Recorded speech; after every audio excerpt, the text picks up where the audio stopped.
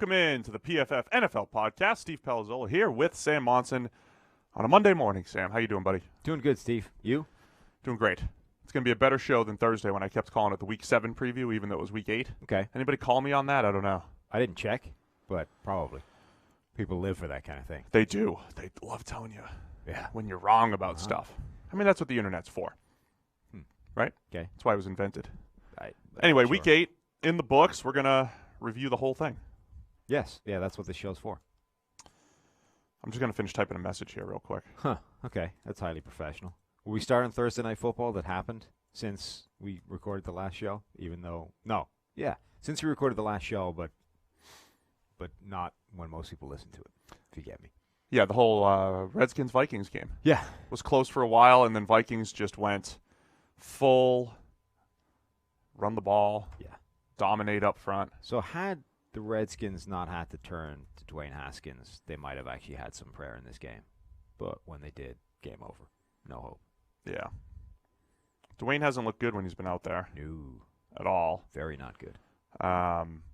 Case Keenum got banged up. He was doing he wasn't all right. good either, but He was doing all right. Yeah. He was completing passes at least. Yeah, he wasn't good either, but if you need one of them to do something, he was the more likely of the two to make it happen.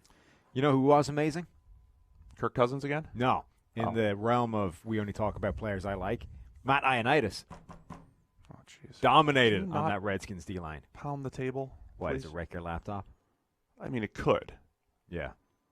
That seems more of a problem in your laptop. That's a than whole my separate pounding show the where you table. just talk about the guys you like. We can make that happen if you want. Vikings defense was pretty good, with the exception of Xavier Rhodes, who is bad right now, and maybe bad from now on. Yeah. It's been a while since he's looked any good. Kirk Cousins looked all right. So there were a lot of people that were like, why is this grade not amazing? Because he completed 88% of his passes. Like, his average depth of target was like 4 yards downfield. Did you not notice that Stephon Diggs was making all the play after he caught the ball? Like, I don't understand what is wrong with people. He still had a really good grade, though. Yeah, it was good. It was like 83, 84, something like that. It's a good game. Sure, but it's not like... He went 23 for 26 with 2 throwaways and a dropped pass, meaning his adjusted completion percentage was 100%. Right, but completion percentage is essentially... I don't want to... It's not entirely, but in the same way that quarterbacks own their pressure rate, like, average depth of target dictates completion rate. If you're throwing the ball 4 yards downfield every single play, you should be completing 88% of your passes. Yeah, it's not like... It's a bit of a function of average depth of target. A massive function of it. Yeah. So Kirk Cousins comes out of that game and it's like, oh, it's a record. He said completed 88% of his passes. Like, yes, because he didn't throw the ball down the field. Yeah, but he didn't. It's good, not played great. A good game. The end. That was I'm like just saying, Ryan Tannehill had a perfect passer rating a couple years ago with 4 touchdowns, 3 of which came on screens, which was all Lamar Miller after the catch. So we always have to explain that. Yeah, he was good.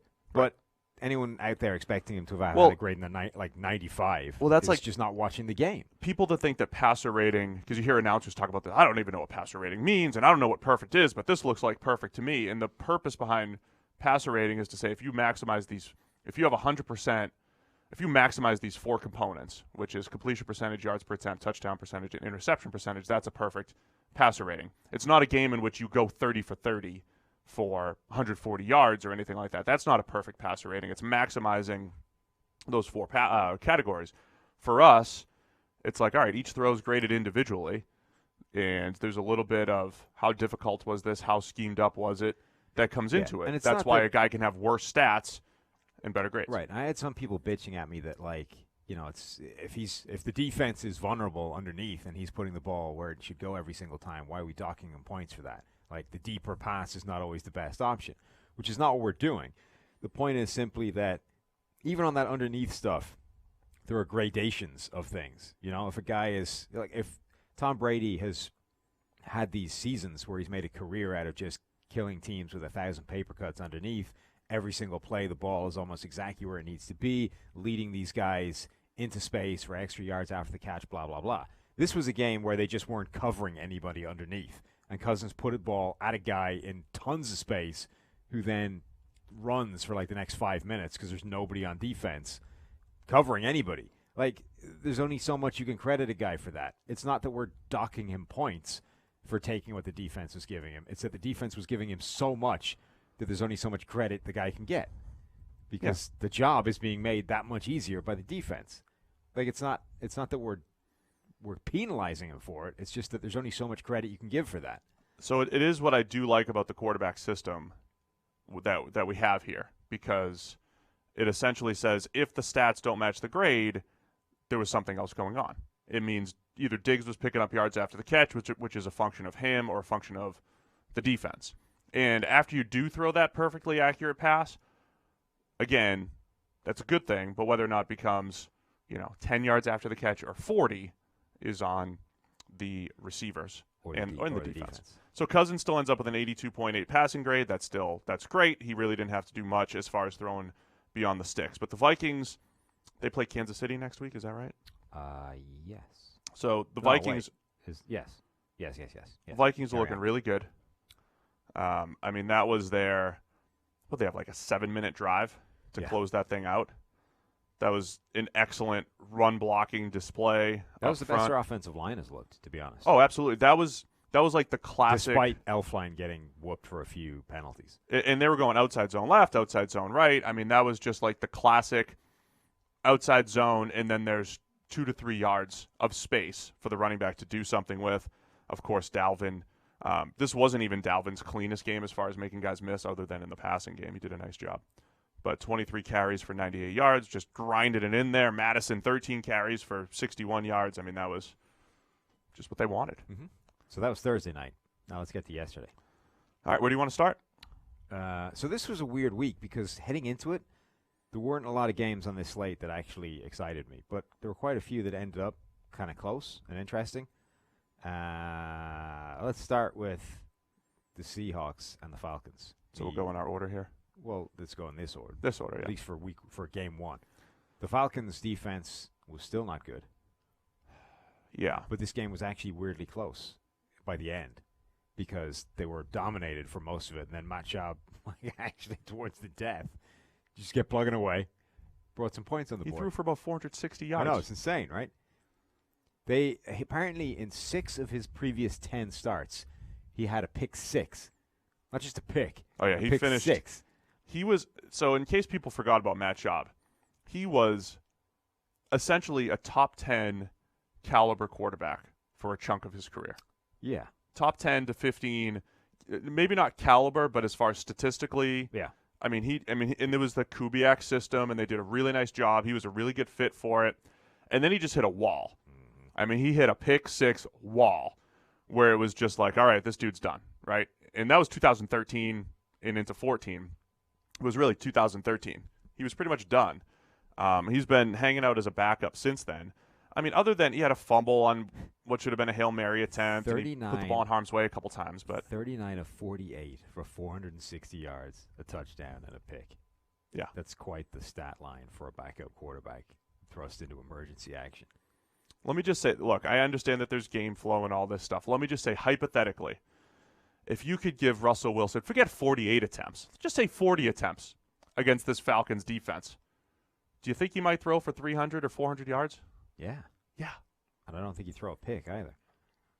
So, that's why it remained close. I still think Seattle's playing with fire here. And I know that they were up big and they wanted to run the clock out, but they're just so into this mentality. I was half joking yesterday on Twitter, Russell Wilson, our highest graded quarterback, MVP candidate, right now probably the most valuable quarterback in the NFL. He's the most underused MVP candidate that we've seen. This just was put the ball in his hands. Yeah, it looked like it was going to be a walkover early.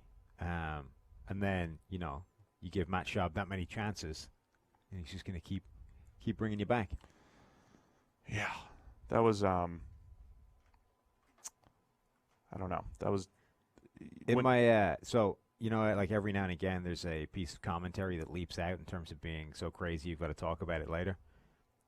This was on the Red Zone channel, right? Jadeveon Clowney made a play at some point, and Andrew Siciliano had what must be one of the most epic brain farts of all time. Starts talking about Javon Curse making a play. Ooh. You're like a decade. You just skipped a decade of NFL play, and teams. You know what I mean? It's not even like this guy 10 years ago was playing for this team. It's like wrong era, wrong team, wrong look. I mean, they don't even look alike. Like, what the hell happened in your head to say, you think it's easy doing You think it's easy doing 8 hours of live TV? I don't, but I think there are certain like brain malfunctions in that scenario that make some sense to me. There are others where it's like, what happened? Where did the synapses go wrong that pivoted from Jadeveon Clowney making a play in the backfield to Javon Curse? Who, like, when did he even retire? Like late 90s? No, that was when he was young. All right, late 90s. We'll find out. Shall we? Yeah. When did Javon Curse? This is important stuff here, Sam. This is important. It Anyway, is? the Falcons defense. Okay, yeah, just a enough. mess again. It could've been even 2009 worse. was his last season. No kidding. Tennessee Titans, Philadelphia Eagles, and then Tennessee Titans again. Nowhere did he play for the Seahawks. The freak. Yeah. All right. Nowhere I don't think did he have Lay off giant our long guy, Andrew. dreadlocks.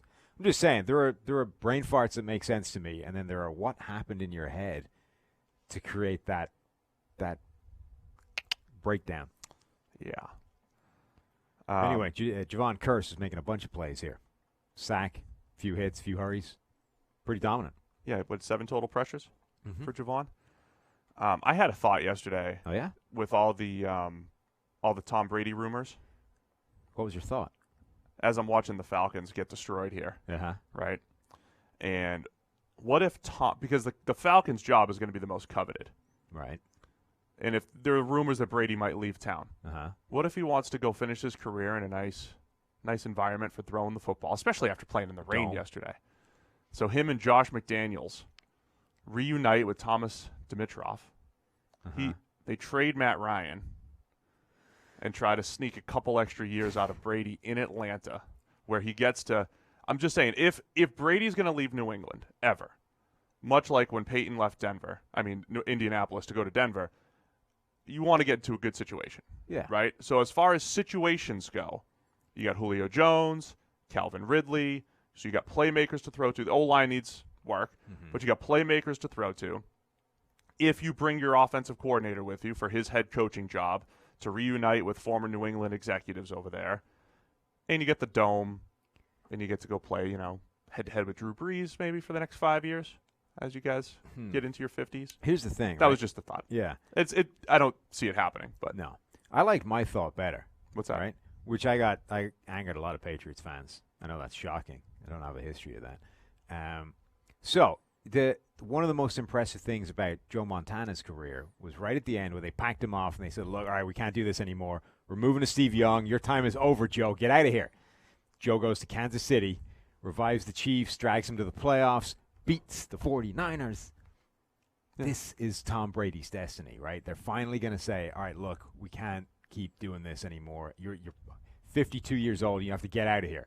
It's time. Yeah, but it might happen right? 7 or 8 years down the road. Whatever. They're going to get rid of him. They're going to keep Belichick, Kraft, everybody's in situ. Brady, your time's done. We got to move on. It's just too long. We can't keep doing this. So Brady, living for this kind of moment, feels shunned by the team that gave him the chance in the first place. Brady goes to some hapless AFC team, right? Somebody, middle of the pack, Tennessee, for example, right? Drags Tennessee back to the playoffs where they defeat the New England Patriots.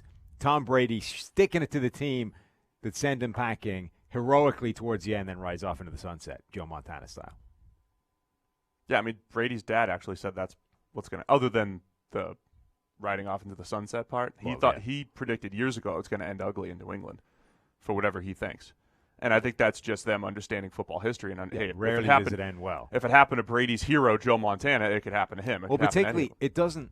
So it almost never ends well unless the quarterback himself understands that it's time, right?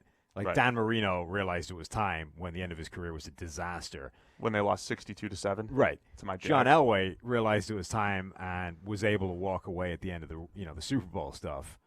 But most quarterbacks that don't realize it's time need to be drop kicked out of the building. Like Brett Favre. Well, they couldn't realize it was time. Eventually, they had to say, "All right, look, enough of this crap. Just get out of here. We have Aaron Rodgers. Bye bye." But they had Aaron Rodgers. The Niners were trying to get rid of Montana for a few years because he was so banged up, and they knew Steve Young was special. The Patriots have Jarrett Stidham. Yes. So I don't think they're ready for. They've been looking for their successor for a while. Yeah, there are other teams where it's the moving on from the guy was not necessarily prompted by the guy. You have to say at some point, right? All right, look, you're done. we need to move on from you. You're more hassle than you're worth. Get out of here.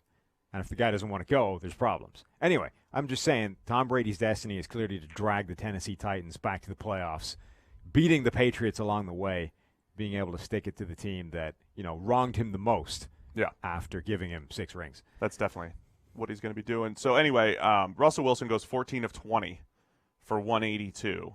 Again, if you just give him 7 or 8 more pass attempts, they probably score 35, and it's not even that close. The Seahawks and the Vikings are like the same team. Like, they want desperately to have a game where they don't need their quarterback to pass more than 20 times. Yeah, so Wilson pound the ball on the ground. They live for 1993 football. Oh, absolutely they do. Wilson, one of our top-graded quarterbacks, maybe the top-graded, despite only the 20 attempts, threw a bomb to DK Metcalf that he couldn't keep his feet in. That, granted, the touchdowns that Wilson threw were wide open. That was just – I don't understand how the Falcons have so many coverage busts in the red zone. Over and over again in the red zone, they cover nobody. They didn't cover Metcalf for either of his touchdowns. And there was another one that got taken off the board that they didn't cover him on either. Well, there was one that should have been caught that he couldn't stay in bounds is what I'm saying. Yeah, that's what I mean. And Wilson had a couple other nice throws to Tyler Lockett over the middle of the field. So when he did throw the ball, he was on one of those. There's just wide open guys on running all Metcalf's over the first place. touchdown. I don't think they covered anybody. No. Like, the entire defense was in disarray before the snap, and nobody was covered. There's something happening there defensively. And how is everybody in that building still employed? It's beyond a talent issue. I mean, look, when you look at the secondary, rookie Kendall Sheffield, Blitty Ray Wilson back still there. Kicking around. I mean, it's not great personnel-wise, but it kind of reminds me of the Dolphins. Like, personnel-wise, it shouldn't be this bad. No, and there were players that were playing fine before. They just aren't. Right. So they've got some issues. Major issues. Brady to Atlanta. You heard it here first. Yeah. All right, Philadelphia Eagles at the Buffalo Bills. Yeah. 31-13. The Eagles. This is just typical, right? You go through and you talk up Josh Allen a little bit as maybe he's better than we thought he was. Look, he's really highly graded on everything shy of the deep bomb. He goes out there and stinks. Well, that's because when we were just talking about him grading on actual passes, the big part of his grade that's been terrible this year is the turnovers and fumbles. So forget mostly just the fumbles that he's had in the pocket, the avoidable fumbles that showed up again in this game against the Eagles. Yeah, and it was windy, but to be honest, what's the point in having a howitzer for an arm if you can't cut through the wind every now and again? Listen, I am as sympathetic as it gets when it comes to the weather. I mean, when you talk about, there are guys, I've said this the last couple of weeks, there are guys playing in torrential rainstorms and windstorms, and then there's other guys playing in domes. I mean, it really is like playing 2 different games, right? I mean, it really is completely different. So I think Josh Allen statistically is going to be, he's got some things working against him over the years. Even if you look at like Montana and Young through the years, the fact that they had to play in the howling wind of Candlestick and they still put up those numbers. I mean, that's impressive. And when you take that stuff into account. So I give Allen a little bit of a pass with that, with that stuff. But the decision-making and the in-the-pocket stuff is still what's not great. Yeah. And his stats didn't look that bad, but he really didn't play well. Still 5 yards per attempt. And look, he was throwing the ball better. Or statistically, he was okay early, and then he wasn't doing much in the second half. Carson Wentz had just a really nice game as far as, when they needed him to move the chains in the second half and all that stuff. He's picking up yards with his legs and all that.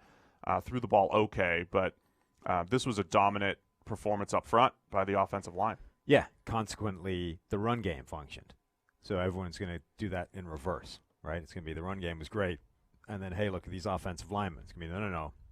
The offensive lineman was pretty dominant, so the run game was very good. We had Jordan Howard, had some good production. Miles Sanders broke off that 65-yard run. That was big. Boston Scott got in the end zone. Now, his stats weren't great other than that, but whatever. The point is, Boston Scott scored because the run game was dominant. Yes. But that's a product, run game is largely a product of the blocking. The blocking was really good. This was kind of the Eagles team that went AWOL the last few weeks, right? They had some real production up front. Brandon Graham got a sack. Still in there for the 10, Steve. Jeez, this thing keeps. Fletcher Cox got a couple. they got a lot of pressure up front. Derek Barnett had a reasonable game in terms of production, scooped up a fumble as well. The back end is still a concern, but they were, better with Ronald Darby back there. He made some plays, albeit, not perfect. But this was kind of the team that we expected to see the past few weeks and hadn't been there. Nothing like the wind and Josh Allen to make your secondary look better. That'll help. That will help. Certainly will. This is definitely more classic Eagles, right? With all those pressures, again, Allen will invite that a little bit. The O-line's not great. But this is one of those games where I think on paper the Eagles are a better team. The record said different things. I will say the Bills' defense, and we always talk about, defense is tough to count on. The Bills' defense they definitely had their worst game of the year, right? I mean, they did get run over. This was like the Bills of 2017, where McDermott just got there. The coverage unit was still, they were tough to throw the ball against, but they would just get destroyed up front. Whether it was somewhat by decision and somewhat by personnel, they just didn't have the horses up front to handle the run game. The Eagles did a great job scheming it up and just winning at the point of attack, and that's why they put up so many points. The run game can work if you're good at it. Yeah. It's not that, if you can guarantee success, then you're fine. Mm-hmm. So nice win by the Eagles. It's just such a loaded NFC fighting for those playoff spots. Every game is crucial at this point. Yeah, particularly for teams that have thrown away a few wins along the way. Right. The Chargers at the Bears, we previewed as the underwhelming bowl, and it really was.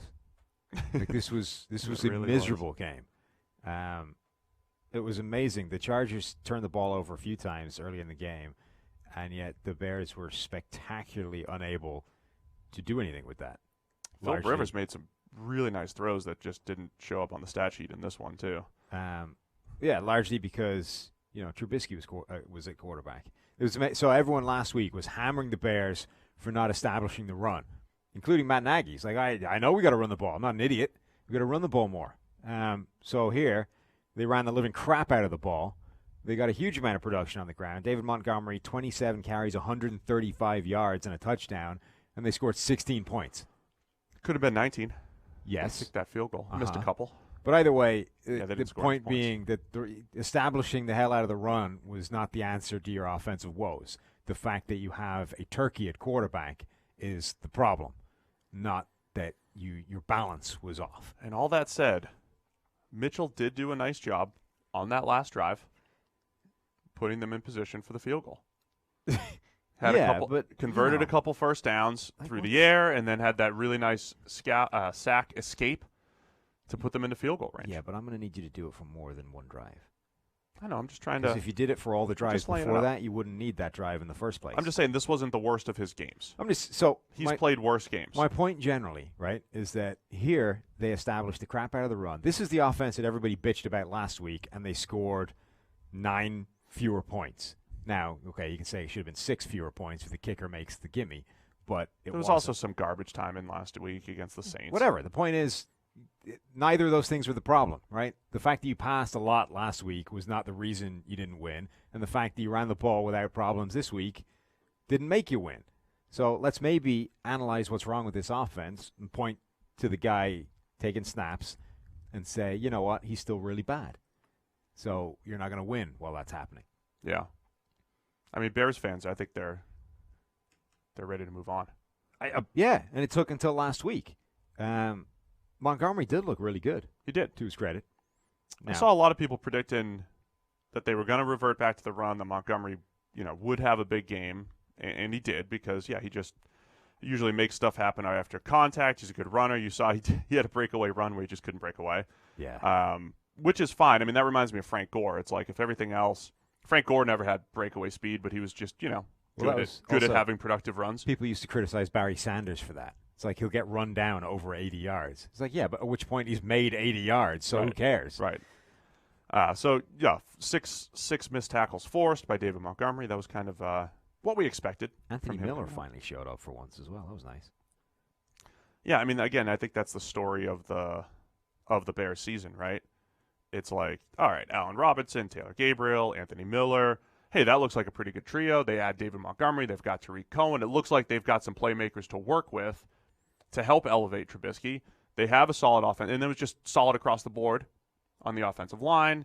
We thought the defense is good, even with some regression. They're still good. Like, that should be a good team. Yeah. Did you see so at the end of the game, right, they get themselves in position for a field goal, and they chose to kneel, right? Yes. Moving themselves, into exactly where they want the field goal to go and killing the clock. Or not killing the clock, killing time off the clock so that they could kick, walk off, field goal, win the game, everybody goes home happy. Only what happened was it's the Chicago kicker, so they missed the kick. Now, I don't know if those 2 yards that they gave up for the kneel would have been the difference between making that kick or not, but it was really close, and they could have been. You don't have to lose yards when you kneel either. This is the thing. You can kneel for 0. A, they did, and B, the other thing is you could just run the ball and do the same thing, right? So people were talking about the risk there, though. They're not calling as many holding penalties right now, and I'm not worried about fumbles. Like, that's a 1 in a million shot. Yeah. The holding thing scares me a little bit, though. One hold and you're out. Yeah, but not on like a. Usually, you're not going to hold if you just drive. You almost never see a holding call on like a dive up the gut. No, that's true. You it's see just those where forward. somebody bounces it, or it's a zone play somewhere where there's space. Like when somebody is like 3rd and 1, somebody's just piling up the middle.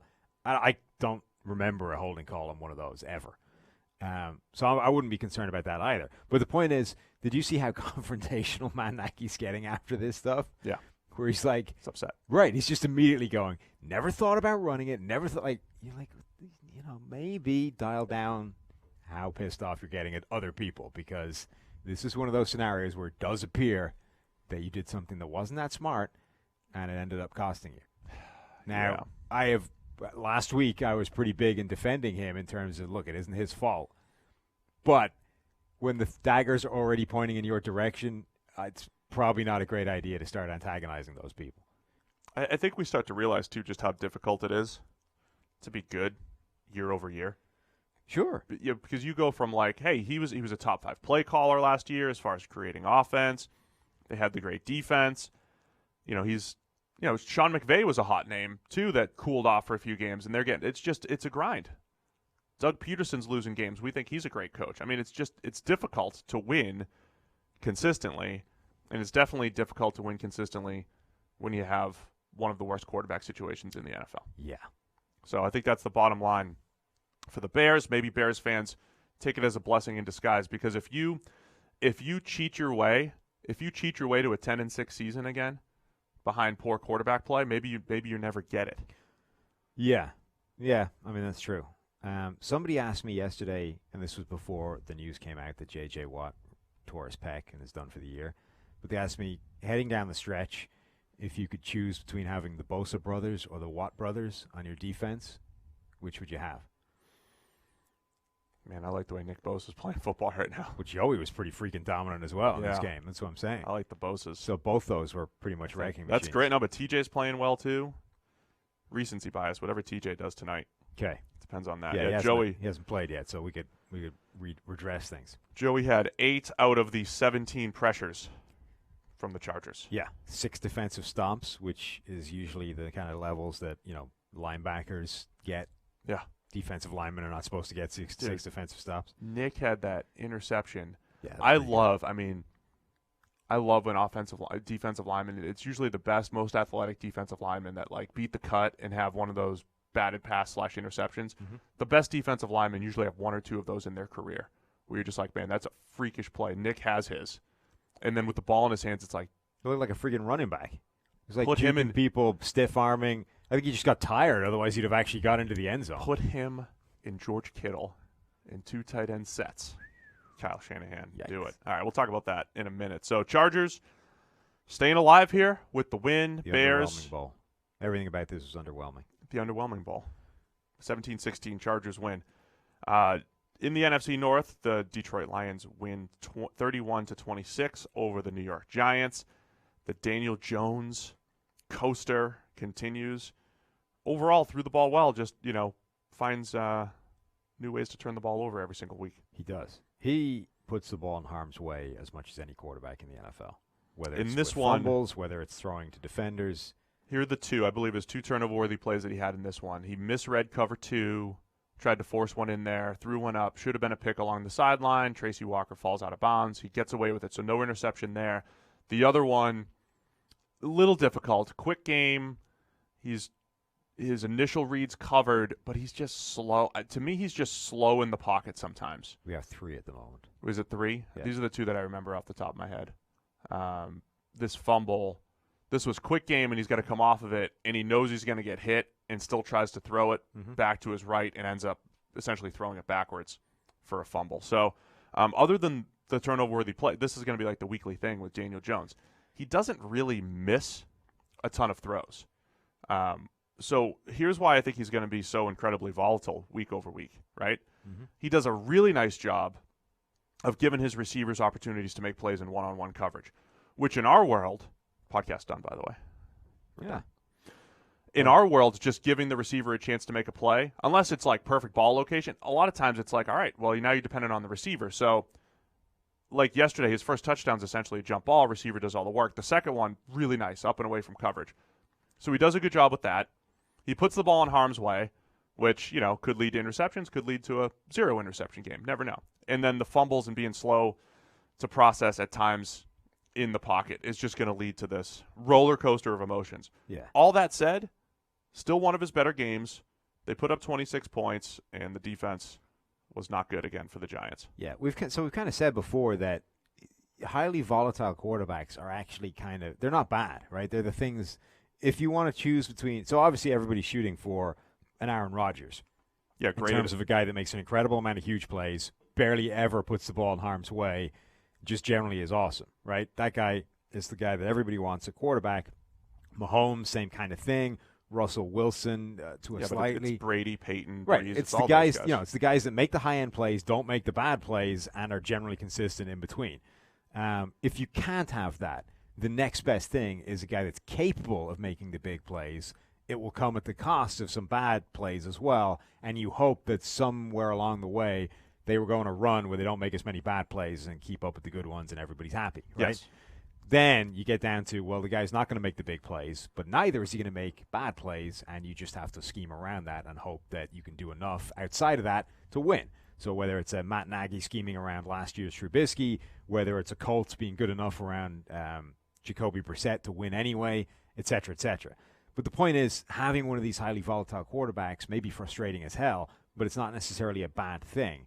It's just understanding that you take the rough with the smooth. But since Daniel Jones came in to start, right, he ranks 6th in big-time throws. So only 5 quarterbacks have made more big-time throws than Daniel Jones so far, with 12. On the other hand, he is tied for the league lead with 16 turnover-worthy plays. So that's what, week 3, 4, 5, 6, 7, 8, 5 games. He's thrown he's had 16 turnover-worthy plays. That is freaking monstrous. That's too many. It's more than 3 a game. Yeah. And the guy he's tied with is Jameis, who is like the poster child for idiot plays alongside massive, big-time throws, etc. So, he's also taken 24 sacks over that time, which is, as we say, quarterbacks essentially own their sack rate. That is not really on the offensive line. The guy who's, I think that's the most in the NFL? Yeah.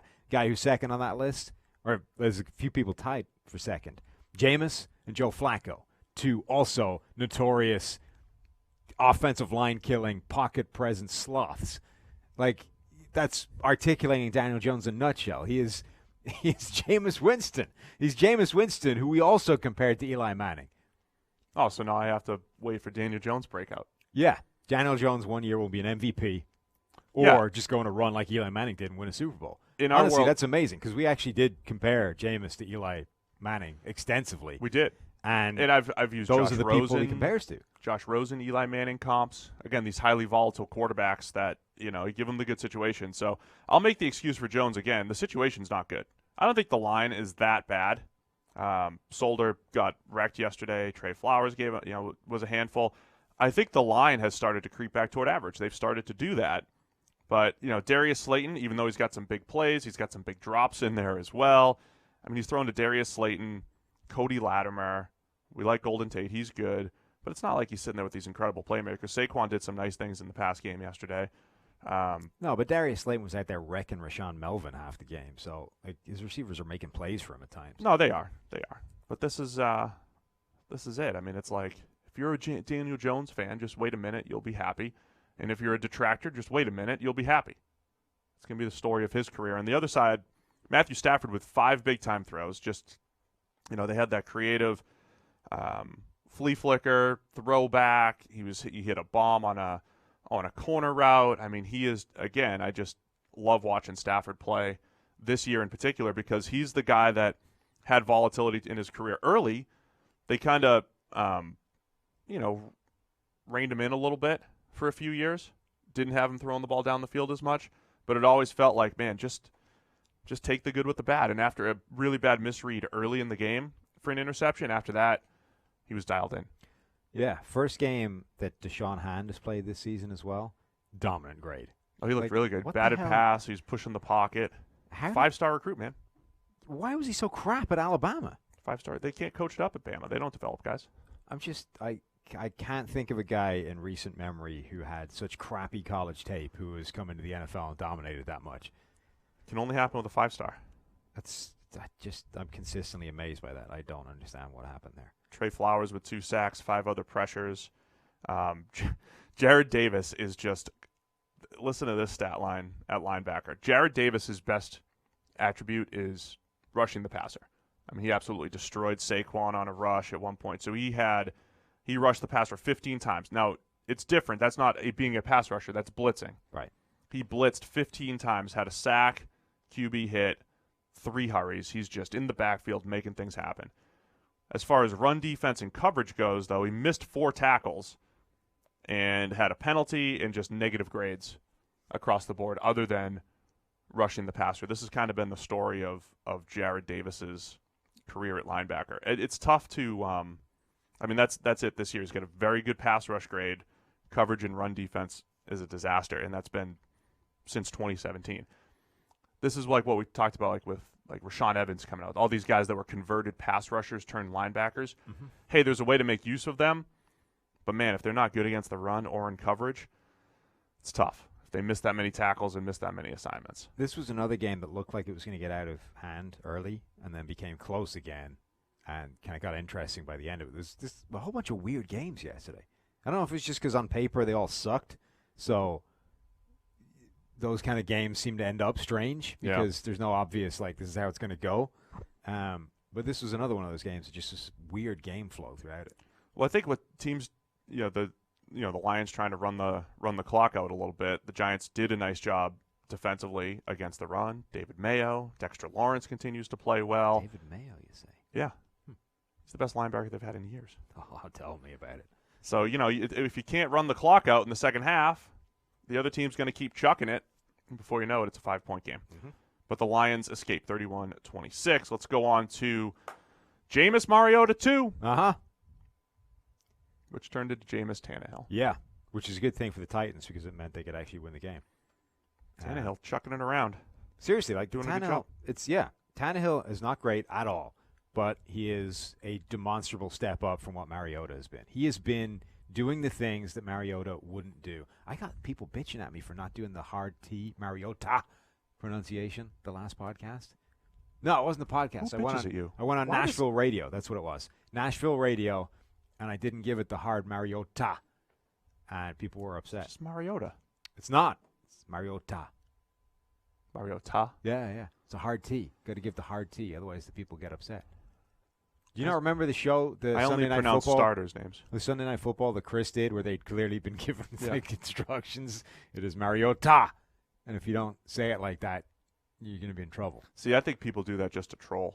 I think when they said Tyrod's name is Tyrod, they were doing it just to mess everybody up on purpose, just to see how stupid they sounded. There's a reasonable chance of that. They were probably in the locker room being like, say your name's Mariota and just listen to them. So Mariota is fair enough on the basis that, look, it's an unusual name that nobody has a baseline for what that should be pronounced like, right? But, how do we let things like Iron Eagle slide? Because my name's pronounced Ian. Yeah, but it's not. Your name is Ian. It's written down. It's the same. That's Ian. He had to change it because Ian Eagle's just so difficult and clunky to say. Well, that's not my fault. Ian Eagle. You can't say Ian Eagle. Why not? I love Ian. I'm just saying, you can't take a regular name and say, it's like you saying my name's pronounced Stev. But it's not. Your name is Steve. I can see it written down there. It is. It's not Stev. Yeah. You can't just determine that it is because you want it to be said that way. Can't do that. You kind of can. You can't. You can't take a name that is already pronounced a certain way and say, well, I've decided it's pronounced something different. Okay, but that makes you wrong, not everybody else. Anyway, I'm saying Mariota isn't like that, and we need to respect his wishes. So Mariota has been upgraded upon by putting Ryan Tannehill in the offense. So the one thing I did say about Tannehill through the years, the same thing I said about Sam Bradford, I would be curious to see if he could have some high-end play with some good playmakers. In Tennessee... Also a system, right? Yeah. I mean, I don't know if the system was a disaster. Look, I think Tannehill is who he is. I don't want to sit here and tell you he's just going to have this massive breakout year after 2 solid games. But this is probably the best group of playmakers on paper that Tennessee has had over the last couple of years. But that was, assuming A.J. Brown really developed, assuming Corey Davis was a little bit better as a number 2 type of option, and Tajay Sharp and a couple tight ends to throw to. It's a lot of it's a lucky team that has a Hall of Famer as a number 2 receiver. I know, right? That's how good they are. Adam Humphries in there now, Dion Lewis to throw to. I mean, so it should have been better for Mariota. Yes. And now I think Tannehill's taken advantage. This is why he had to be sat down. Corey Davis had 2 catches for 9 yards and 6 targets. That's not great. Yeah, I didn't love that. We have Jameis playing a lot better than his stats. Bruce Arians essentially absolved him of his 2 interceptions. One of them was a late force to a route that's usually not thrown in that concept, but with like 26 seconds left in the game. Which one was that one? Dagger route. Yeah. That he had to kind of chuck up a little bit. Another one was a wrong route, I believe. So he had his usual game. Like here's some productive passes, beyond the sticks. Here's some misses, and it, kind of landed it ugly. Where I was going with the Tannehill thing, though, is that he's the type of player I think that, if you have a Matt Nagy situation in Chicago, right? It's Trubisky now sucks. We need to do something. Even if he's still in the building next year, we need to get viable competition, or the whole thing is screwed.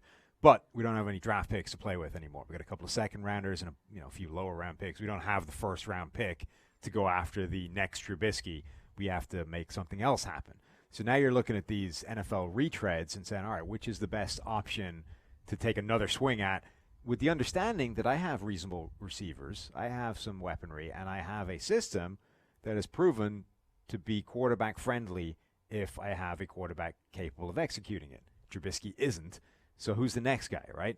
And I think Teddy Bridgewater has put himself in that kind of conversation with how he's played for the Saints. I wouldn't want him in Chicago. Whatever. I think Tannehill is a quarterback that actually makes a lot of sense in that kind of system where it's like, all right, we know he's limited. He's not great. But he does have skills that can take advantage of a beneficial quarterback situation. Or perhaps the point I'm trying to make is that given a beneficial quarterback situation, Tannehill would look better in it than an equivalent talented quarterback with a different skill set. Does that make sense? Yeah. Like Sam Bradford? Yeah. So Sam Bradford or apparently Teddy Bridgewater. Bridgewater, I would just be... You don't want him thrown outside. That's it, right? Well, I mean, I think he's been a little... Look, he's played well. Just say that's it. That's what you're saying. He's played well. You're scared of Teddy throwing outside in the cold.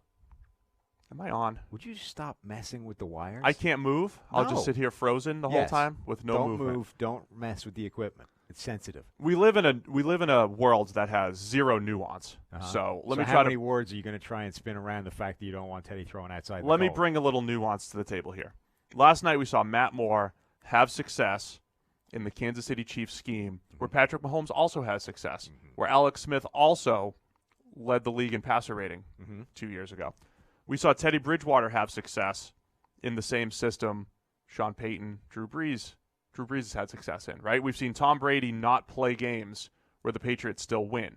None of those things mean or take anything away from Mahomes, Brees, or Brady, right? Okay. Like, they can still be great, and the backup can also come in and do some good things. So Bridgewater came in Bunch of dome games played well. Peyton scheming it up, some yards after the catch. Then he started to make some throws. Teddy did well in a favorable situation, I think. Okay. I think the dome stuff probably helps him a little bit. I don't know if I do fully trust him in Chicago. I mean, Tannehill kind of the same thing. Maybe I'm over-exaggerating. He played the weather outdoors in Chicago before, like when he was the Vikings quarterback. Yeah. How do you do that?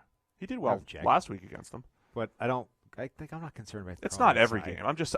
It's not even that like I don't trust him in Chicago. I just think anything in a dome inflates things just a little bit. That's all. It inflates things a little bit. It inflates perception. I'm bragging about Daniel Jones chucking it well yesterday and Matthew Stafford in a dome. It inflates everything. The comfort level that quarterbacks have and the ease that they throw the ball with versus guys that just had to deal with some wind and some rain or anything. It's a night and day difference. It does factor in. Anyway, good job by Tannehill. Yes. Yeah, I'm just saying that I think Tannehill is legitimately sort of putting himself back in the shop window for teams that are going to need to go the NFL quarterback retread route as opposed to draft. I'd be all for it. I'd be trying to steal a guy like Tannehill. I think there are other Tannehill-esque type of players. Maybe Tyrod's a guy like that. Like I would just stash those guys on my roster. Yeah. Because I think there's more of them now than there ever were. Well, also, if you don't have an Aaron Rodgers, like you essentially have a lot of money to be able to platoon those guys. Like if you wanted to get Teddy Bridgewater, Tyrod Taylor, and a second round rookie, it would cost you a moderate amount of money. Yeah. Like you wouldn't be in the hole in terms of quarterback salaries. Now there would be a question as to whether one of those guys would sign on with the other one already there, but like it's doable. Yeah, I just think those guys also have to be realistic about where the NFL is right now. Yeah, but they also, they have the ability to essentially choose their destination in terms of what gives me the best chance of getting a starting gig. I would sign Sam Bradford, make him a star. Huh. Okay. That's what I would do. Jeffrey Simmons played again. Wasn't as good as he was before, but still looks good. Yeah. Defense graded really well overall for Tennessee. Across the board. Yep. All right, let's go to London. London. Rams 24, Bengals 10. Another one that could have been. It was 24-10. Rams scored 24 quickly. Oh my God! Have you seen Billy Price's grade? No. Dude, it's terrible. Yikes. It's not like I could click on it too, but it's cooler if I look. The final number isn't confirmed yet, but oh gosh, that's one of the worst that we've ever seen. Yes, that's what I'm saying. Oh man, that is one of the worst grades of the week. Is that all Aaron? Wow. There's a reason this guy got benched. Sorry, we're just looking at grades. It's not all Aaron. Billy Price's grade right now is an unconfirmed 35 with a 25 pass blocking grade. That high, huh? Yeah. Not good, Bob. Not good. Look at Obo Okoronkwo. Oh, wait, with 2 hang sacks on. and No, 2 that's hurries. for the season. My bad. Wait. That's a season grade. Can you filter this? I'm on it. It's going to be single digits. I'm moving. Anyway, Obo Okoronkwo. Obo, you say? How about him? Career high 29 snaps. One of those undersized rushers coming out the last couple of years. Billy 2 sacks, Price 2 this hurries. week is, in fact, the worst graded player of the week with a 22.6 grade, with a pass blocking grade of 1.6. Huh. Not great. Not great. Not great at all. Bad, you might say. Yeah. They're still playing John Jerry at left tackle. This is just depressing. What's amazing is that this game wasn't completely out of control. I know. Like way earlier. Like this is. Goff was dropping some dimes in there, and then he had a couple bad decisions later. Cooper Kupp making a ton of big plays, but the Bengals kind of hung around. Yeah. Nothing sums up the Bengals this season more than, Cooper Kupp catching this kind of out and up wheel thing. And then all it does, the camera pans over to see a Bengals DB lying on the floor, scrambling to get back to his feet as Kupp runs down the sideline for a touchdown. Like, yeah, that pretty much sums it up. It's not great. Updating, though, the players for the Bengals putting themselves in the trade shop window. Geno Atkins had a good game. Carlos Dunlap. They're not trading Geno Atkins. I'm just saying, look, there are people that want to get the hell out of Dodge, and they need to make themselves available. Let's celebrate Carlos Dunlap for a second. Look at that career. Good career. Look at that. He's been a good player. He's just been a good run defender, a good pass rusher, just a good, solid every down defensive end, plays about 80% of the snaps year over year. He had another nice game yesterday. This is one of those games where the Rams, they win it pretty easily. The O-line's still not great. And, I still have the same concerns I have about their O-line. Yeah, I mean, look, the Bengals are legitimately maybe the worst team in the NFL. And if you struggle to beat them, that's not a ringing endorsement of your team. I don't think they're as bad as the Dolphins. Well, maybe. Arguably. They are. Look, the Dolphins are actively trying to tank for the next season or two. To be even in the conversation with them, you suck. So the Bengals are terrible, and if you labored past them, even in London, it's not a good sign. So still some concerns with the Rams. Yes. Anything else about this game? No. Ryan Finley time? We said it was before. It's still. Yeah. Why not? It's not a knock on Andy Dalton. It's just kind of pretty good feeling what Andy Dalton is. We know what he is. We don't know what Finley is, so put him in. So, real quick, same conversation you just had about Ryan Tannehill. Is Andy Dalton that same guy? I mean, so Dalton's interesting because we know that in a perfectly conventional system with really good sort of receivers and a decent offensive line, he can look good. But I don't know. I don't know what he does in a system like the Nagy, Peterson, Andy Reid sort of tree. I don't know whether that massively helps him versus guys like Tannehill. And I think the thing that's always separated Dalton, Tannehill, and Sam Bradford, those guys are similar in my mind in that just throwing the ball on air or just throwing the ball in general, tight spiral, accurate. Those guys are accurate. I mean, they throw the ball pretty accurately for the most part, all three guys.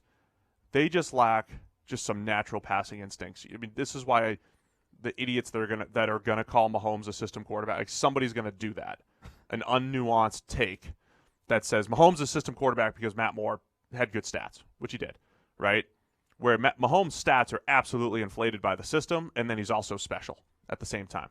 I mean, these guys, Dalton, Tannehill, Bradford types, just don't have that special next level playmaking, take over the game, so they could produce in the perfect ecosystem, which is when you have a Bears type defense and the nice system, which is valuable, but you can't really expect them to go take over a whole bunch of games. Yeah, Dalton's interesting because it's very hard to identify exactly what it is he's missing that's preventing him from being really good, right? Because I think I just highlighted it. I think I just told you what it is. Yeah, but it's a very difficult thing to actually sort of pin down and point to, right? He doesn't make enough sort of special over and above plays that some of these other guys do. But what exactly is that, right?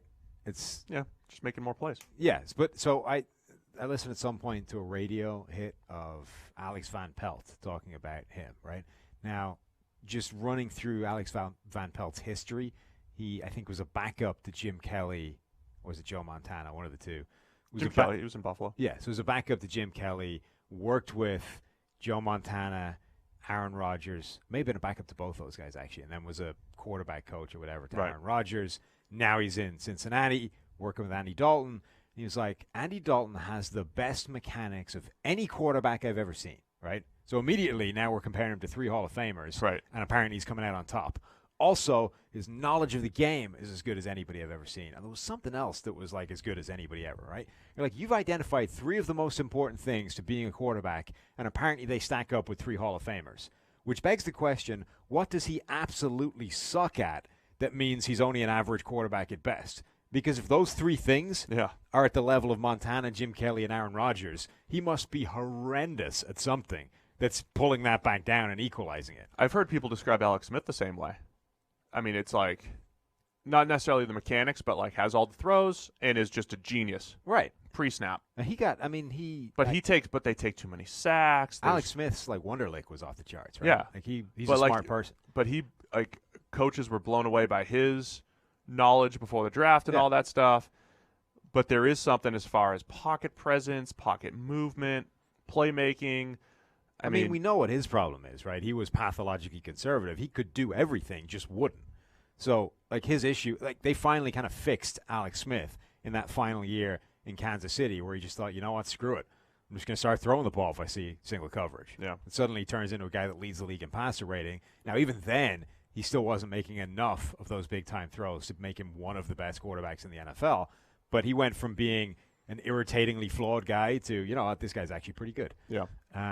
So that was easy, right? Okay, he's good at all this other stuff. This is what he sucks at, and this is actually enough to make him just average at best. He still lacked some of that pocket feel and took too many sacks, that type of thing too, though. Sure, but what is Dalton's Achilles heel that means all those other things that should be the best ever don't matter? Best mechanics really don't even matter, though. It doesn't even matter. It stops you doing whatever the Nobody hell even it is knows Cam what Newton good does. The guy that has the best mechanics is the guy that throws the ball accurately the most.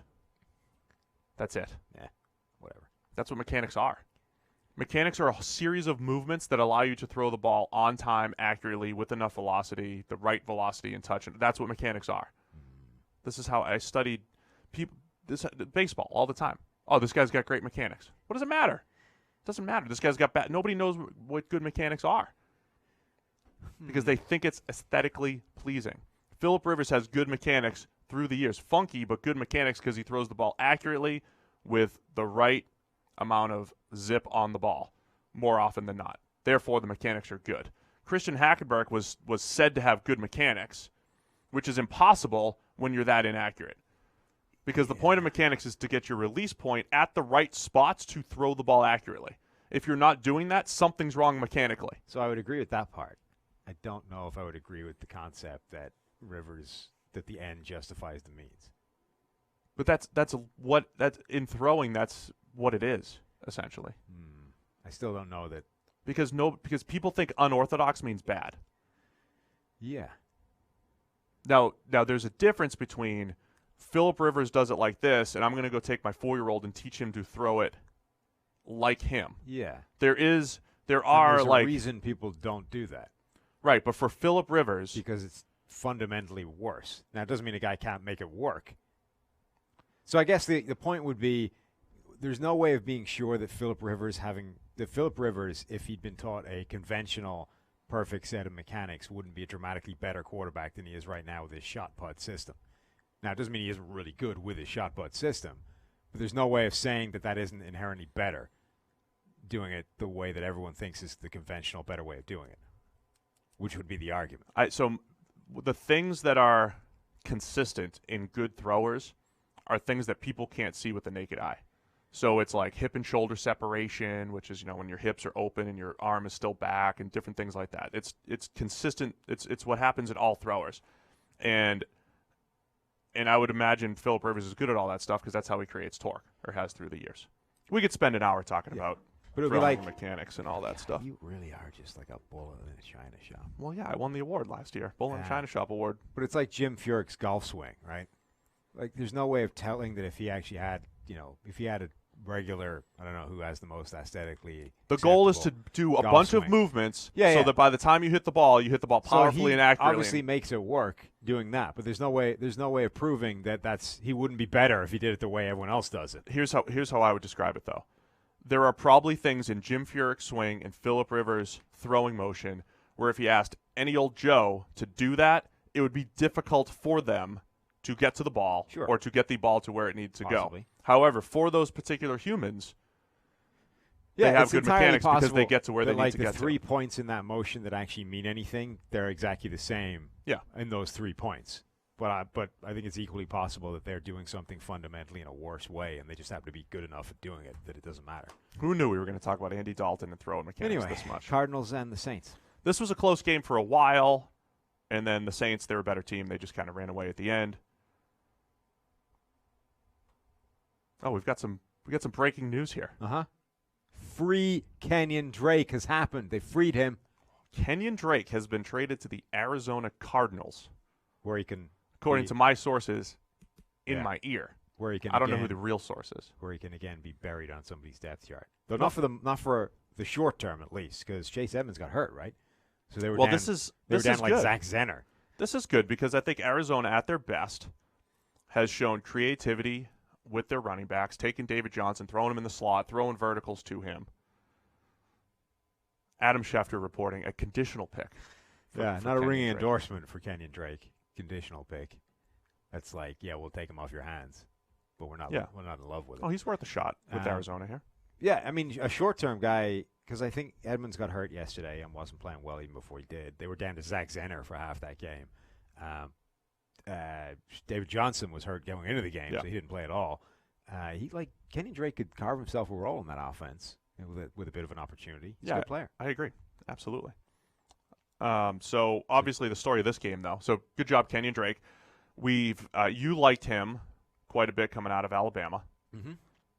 What was your prediction for Kenyan Drake? That he would be the better pro of that Alabama backfield that was Kenyan Drake and Derrick Henry. Did they have someone else at that point? But anyway, those two was the point. Derrick Henry was running for like 1,000,000 yards straight up the middle with Alabama's dominant offensive line, and I was like, look, Kenyan Drake is a better pro because he's a better receiver. He can do more things. You've been wrong so far, pretty much. I mean, there was a point where it looked promising for you. Yeah, injuries have been his biggest problem, to be honest, and the fact that Miami has been a disaster. Look, if we're but he also hasn't endeared himself to multiple coaching staffs yet. Yeah, but look at the coaching staffs. I mean, if we're talking about running backs being a product of their environment, Miami's environment is a cesspool right now.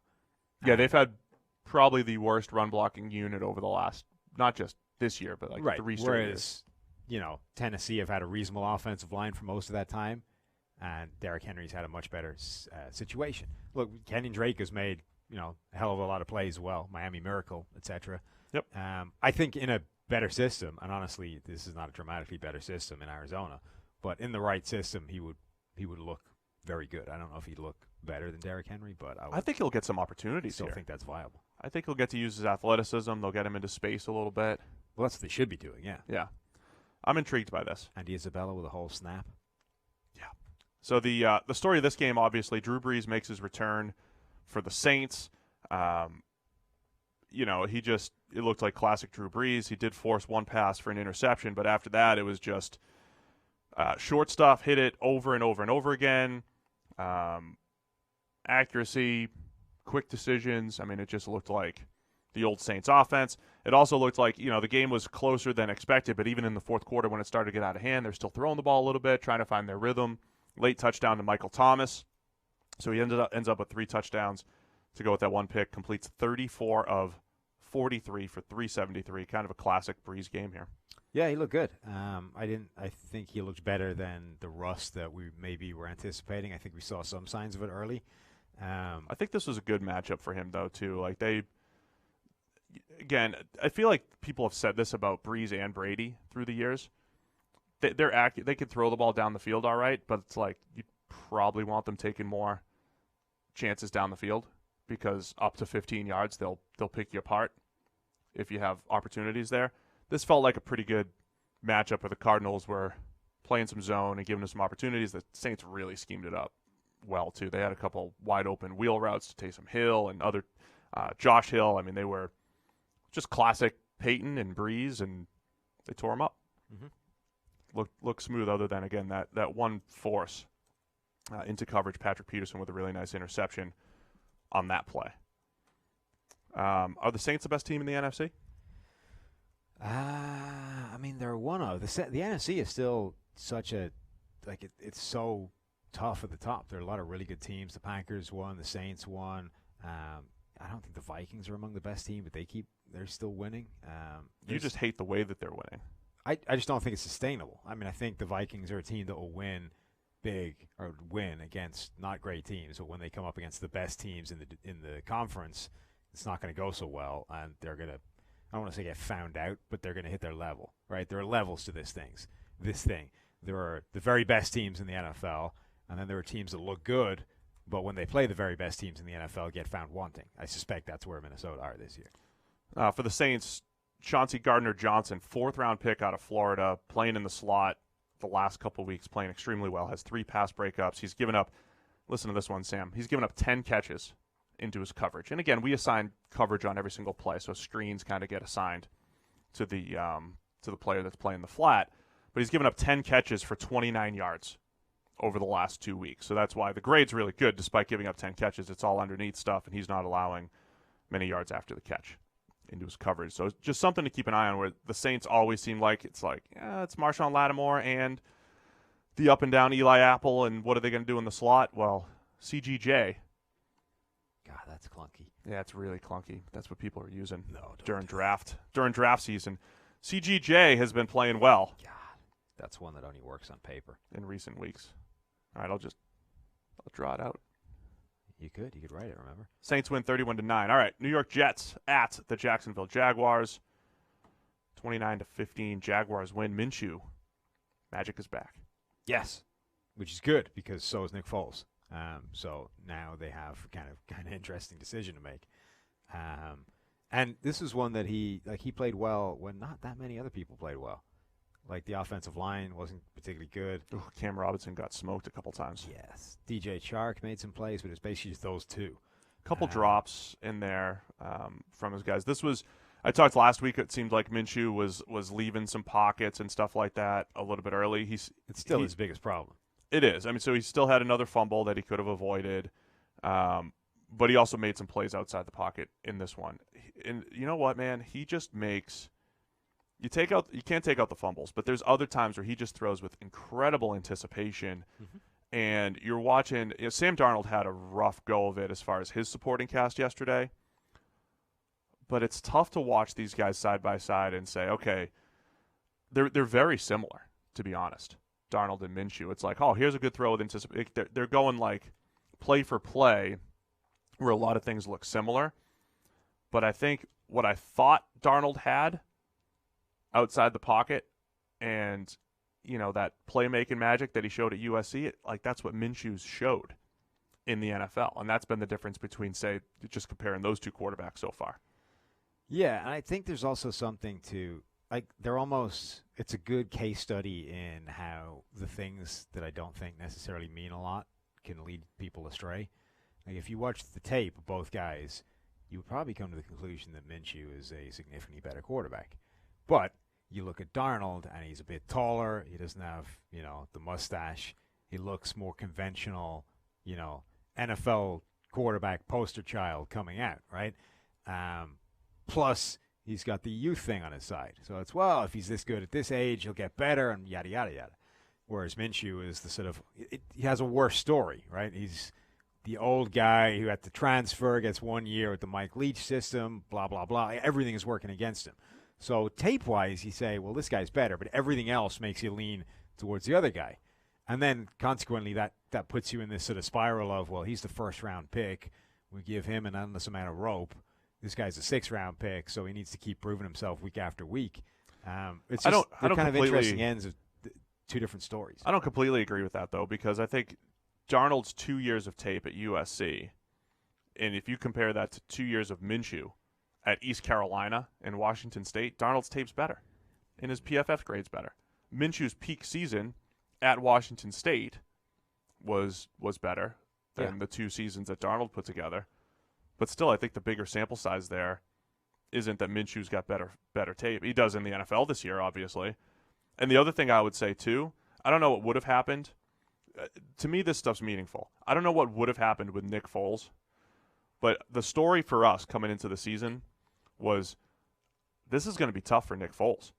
He's throwing to Dede Westbrook, Chris Conley, DJ Chark, a bunch of just, upside guys.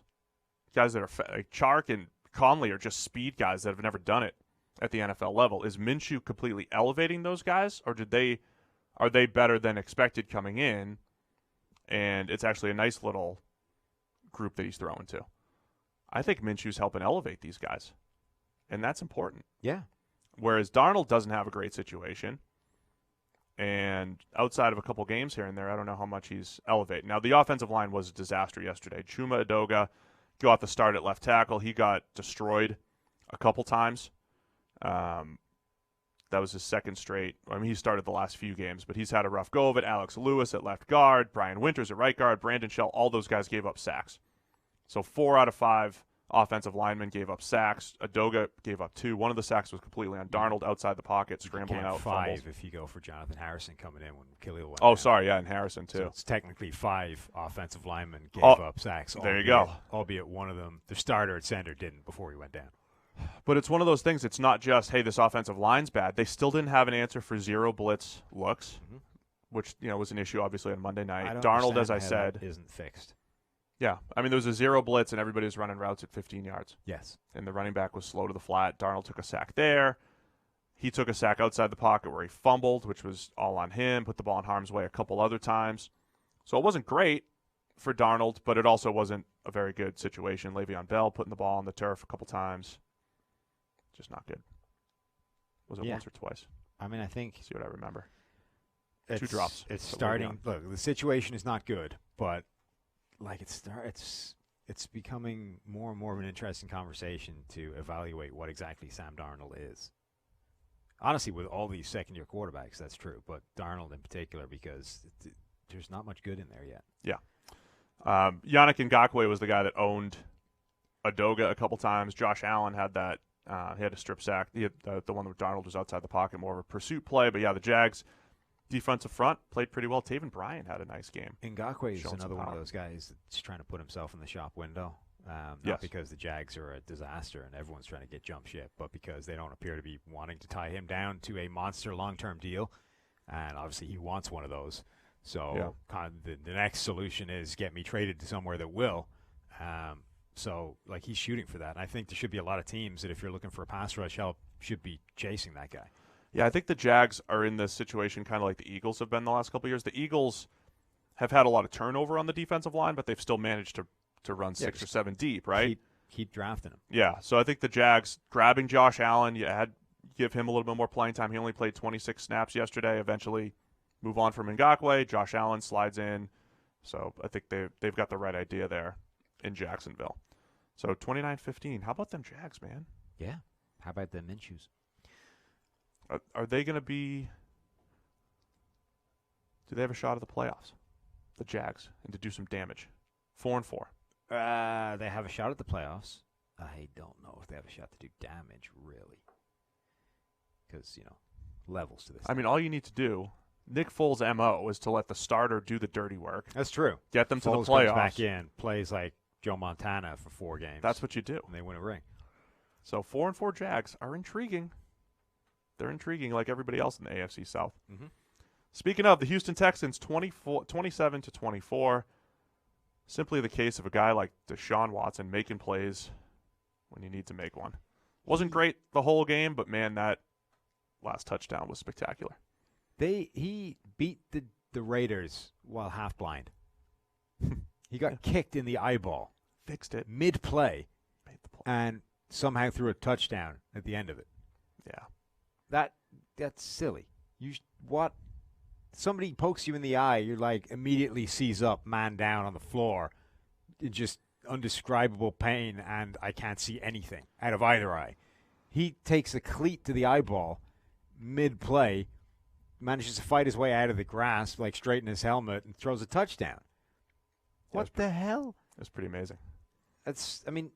I thought for a second they were taking it off the board as well. It's like he would have had absurd touchdowns robbed off him in each of the last 2 weeks that had happened. But, yeah, he makes some of the most – he makes as many – maybe not as many. He makes plays that only him and Patrick Mahomes can make. Yeah, And I don't know how many ways we could say that week in, week out. I think he makes more mistakes than Patrick Mahomes. Certainly does. He's not overall as good. But Mahomes, Aaron Rodgers, and Deshaun Watson are the 3 quarterbacks that would terrify the living crap out of me if I had to play them. Yeah, because I don't know how you're supposed to defend them. Like Breeze, Brady, like those guys are really, really good, but you at least know the game plan, right? And there's some degree of comfort in that. Sure, they may beat you anyway, but at least everybody knows what we're supposed to be doing. And the theory being, if we execute what we're supposed to be doing, we'll beat them. I don't even know what the game plan should be against those 3 guys. I don't know what you're supposed to do to stop them from killing you, because whatever it is, it's wrong. The funny thing is, that's what Josh Allen showed flashes of that last year. Just flashes. So other guys have shown flashes. Watson's been able to do this pretty consistently. Mm-hmm. And you're right. I mean, the difference between him, Mahomes, and Rodgers, the guys that you described, Rodgers and Mahomes just don't miss as many easy throws. It's just frequency of what they do. Yes. They don't miss as many easy throws. They don't put the ball in harm's way as much as Watson. But Watson, again, I keep coming back to that Dabo Swinney line saying he's Michael Jordan, and then John Gruden yesterday saying, hey, he's Michael Jordan. I mean, he does have some of this. Game on the line, he's just going to find a way. He's doing it over and over and over again. If he could just have more consistent games, cleaning things up from start to finish, then he jumps up into that next echelon. I mean, Carson Wentz has shown similar flashes of outside the pocket it's a similar dominance. It's a similar thing in that they appear to be two quarterbacks that are ridiculously good at the things you're not supposed to be consistently good at. Like the thing that isn't predictable, isn't consistent, they appear to somehow be consistently good at it in a way that shouldn't really be possible, but they are. Yeah. Kind of bummed for J.J. Watt. He was having a season that, we said wasn't maybe quite back to where he was, but was pretty damn close. Right. Had another, reasonable half a game before he got hurt, and turns out I like the way he broke his own injury news, by the way. Dude came out on Twitter and was like, yeah, just had the MRI, torn pec, out for the year. Screw you, Schefter. I know, right? Like, Watt has it first because, he's the dude in the MRI. But that sucks. Torn pec and done. Per source, J.J. Watt's Twitter. Yeah. Yeah, man. I think we should we might need to have a whole separate video and pod for him.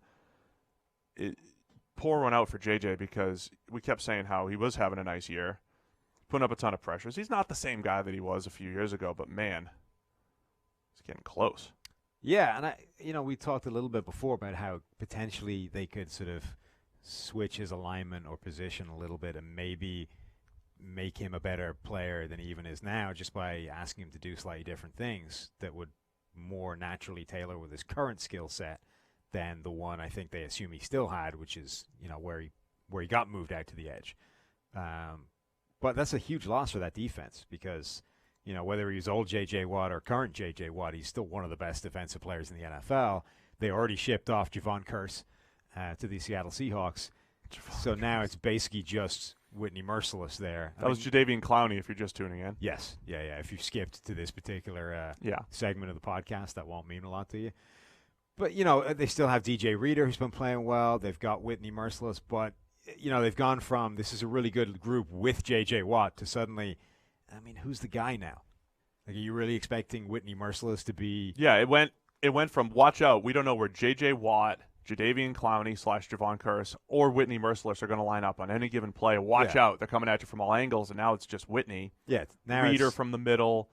It's a big change because they're just so inconsistent on the back end. Yeah. And now it's like, all right, we've got Whitney. He's there all the time. Yeah. We've got DJ Reader in the middle. Like, we've got some players we need to think about, but like Charles Omeni, who flashed early. Right. He's but there's nobody there rookie. Now that's actually scaring you. And that's a big drop-off, obviously. Yeah. The Garyon Conley revenge game. Yeah. He played all right. He was all right. He gave up a little bit, I believe. Yeah, he gave up one big play, I think. Right. But then other than that, looked pretty good. Yeah, I just it's going to be the same old story. If Deshaun Watson can pull that magic every week, they'll be all right. Want to see a cleaner game from him, but I still have concerns about the secondary. But good job, Houston. Mm-hmm. Let's move on to the absolute beatdown that happened in San Francisco. Yeah, 51-13. This was like all of Kyle Allen's regression in one game. Yeah. Do you see Bruce Irvin came out after the game was like, 49ers are okay. They're not great. That's a good way of putting it. It's just there's times to say these things after they just eviscerated you is probably not the best one. Nick Bosa had 3 sacks plus a pick. Yeah, that we mentioned earlier. I just love those plays. My old Jaguars favorite defensive player, Tony Brackens, was like the man on all this stuff. He'd always have picks at the line of like just these incredibly instinctual, athletic plays. Javon Curse probably had a couple of these plays. Sure he did. The freaks, right? It's just an incredible play, and they played extremely well on the back end, the entire secondary. Niners D is just tough. Yeah, and it's now. Amazing what adding that edge, the legitimate edge presence does to the defense, right? Because now it's a completely different situation. You don't just have to worry about 1 or 2 guys coming up the middle, and you can mitigate that by exploiting the fact that nobody is there on the edge. Now you've got a guy in Nick Bosa who is a massive threat, maybe the biggest threat on that defense coming around the edge. You've still got DeForest Buckner and Eric Armstead and those other guys coming up the middle. Now there's nowhere to go. Now you're trapped. And if you're a Kyle Allen, who, is more of a pocket quarterback than a Cam Newton, you're screwed. Like, the whole thing is collapsing in and around you, and you're boned. Plus, that offensive line is obviously not anything like what it used to be. So you've got guys like Trey Turner, Darrell Williams. Everybody is coughing up pressure and on the inside. They were having major problems. The Niners on the other side of the ball, dominant run blocking effort. Yes. They got career games from Laken Tomlinson at left guard and Daniel Brunskill, who I've talked about a little bit on here, former tight end from San Diego State, filling in at right tackle for veteran Mike McGlinchey. Career games from both of those guys. The Niners just have it going up front as far as just winning at the point of attack, but also adding creativity, misdirection. A lot of the stuff that people said about, look, I don't think anybody's forgotten that Kyle Shanahan's a great play caller. I think when you have C.J. Beathard, here's the thing. The last couple of years, he's made C.J. Beathard, who I think was just a career backup and never should have really started any games. He made him look reasonable. He made Nick Mullins look good, another backup type. So while Kyle Shanahan, maybe people forgot over the last couple of years because the Niners were losing, but man, he can call plays. Yeah. And set up his quarterback and entire offense for success. He's doing it right now. It's an incredibly good system. And we kind of got this answer of, what it looks like with a viable wide receiver right there. Emmanuel Sanders made some plays, but the teeth of this offense is still George Kittle and the run game. And that Emmanuel Sanders just sort of adds a dimension to it, makes it even more dangerous. But, yeah, this is a really good system. It's one of the most favorable quarterback systems in the NFL. We still really haven't seen Jimmy Garoppolo play his best stuff, and yet they're crushing people because everything else is working great. Yeah, Garoppolo has been good, not great. Had a bad pick that just threw late. I was on NFL Network highlighting the matchups to watch. Mm-hmm. George Kittle versus Luke Kuechly. Yeah, was one of them that I mentioned. Kuechly had that interception early to kind of maybe keep it close for like a minute, but the Niners just overwhelmed the Panthers. This is another game much like the Josh Jacobs one last week. That's sort of the running back value thing. Christian McCaffrey has 155 yards. Could not have mattered less because Kyle Allen got wrecked. I disagree with your Josh Jacobs take from last week, by the way. How? They still scored 24. It was just the defense was bad. Yeah. Consequently, it couldn't have mattered less that the running back had the game of his life. Yeah, but if you're going to evaluate the offense, it's still somewhat based upon also 24 points output. Is not amazing. Right? People scoring 24 points in struggling efforts. There were better examples, like Saquon scored 25. Saquon last year rushing for like 150, and they score 10. Like that, you had much better examples. This is a good example. Whatever. The point where MVP Christian McCaffrey cannot carry the offense, where the rest of the offense is a disaster. Running backs can have the game of their lives, and it just doesn't matter in today's NFL. Quarterback has the game of his life. This is a good example. Last week was not. There is almost never a scenario whereby the quarterback has the game of his life, and they're not even close to winning. It just doesn't happen. Unless they take the ball out of Russell Wilson's hands. Yeah, which is very difficult to do for most teams. Whereas here, what we see, Kyle Allen has been good for most of this year. Kyle Allen was awful this week, and consequently they get blown out of the water, and they're never even in the running, regardless of what MVP candidate Christian McCaffrey did. Kyle Allen's passer rating dropped like 20 points or something like that, I think. I mean, it was a fake 107, whatever it was. Yeah. It was fake. It just regressed into what it needed to be, which is like 88. So Kyle Allen, I mean, does this completely change the Cam Newton conversation? One game? Yeah. I mean, anyone that said that this was a, real conversation, do they move on from Cam Newton? Is Kyle Allen? Yes, that completely changes. His passer rating numbers were kind of amazing. No pressure, passer rating at 31.7. Wild pressure, 39.6, which is the same as an incompletion. The exact same. When not blitzed, 21. Good news is, on the 4 times they blitzed him, he had a passer rating of 98. So there you go. Don't blitz Kyle Allen. Oh, I almost said Josh. Yeah. All right.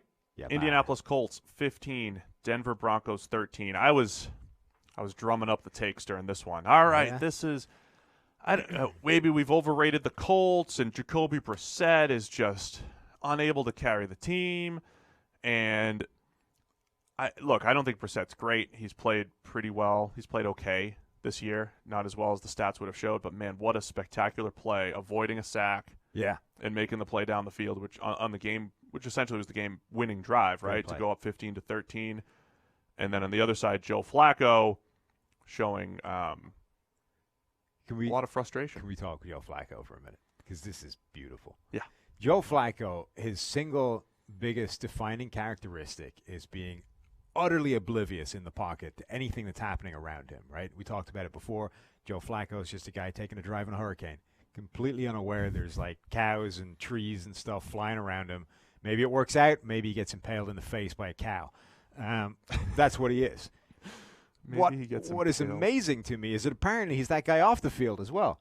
He's just zero self-awareness at all.